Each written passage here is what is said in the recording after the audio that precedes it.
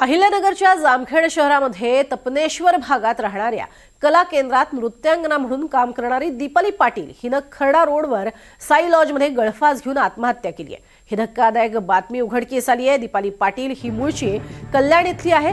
ती काही मैत्रिणींसोबत तपनेश्वर भागामध्ये राहत होती। सकाळी बाजारामध्ये जाऊन येते असं सांगून ती बाहेर पडली, मात्र अनेक तास उलटूनही ती परत काही आली नाही। त्यामुळे मैत्रिणींनी शोधाशोध सुरू केली। दीपाली ज्या रिक्षाने गेली त्या चालकाकडनं चौकशी केली असता त्यानं तिला साई लॉज इथे सोडल्याचं सांगितलं। मैत्रिणी संध्याकाळी लॉजमध्ये पोहोचल्या असता रूम आतनं लॉक होती। लॉज कर्मचाऱ्यांनी डुप्लिकेट चावीनं दरवाजा उघडला असता दीपालीनं पंख्याला गळफास घेतल्याचं कळलं।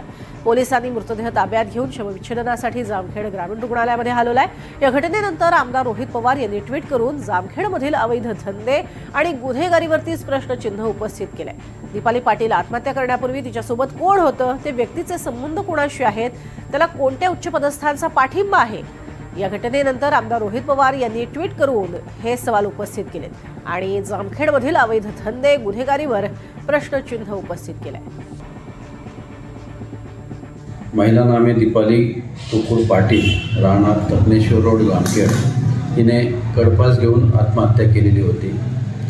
सदर महिलेचे या ठिकाणी कोणीही नातेवाईक नव्हते, म्हणून तिची आई दुर्गा अरुण गायकवाड राहणार कल्याण यांना बोलावून सदर महिलेच्या मृतदेहावर पोस्टमॉर्टम करण्यात आले। त्यात तिने गळफास घेतल्याचे निष्पन्न झाल्यावरून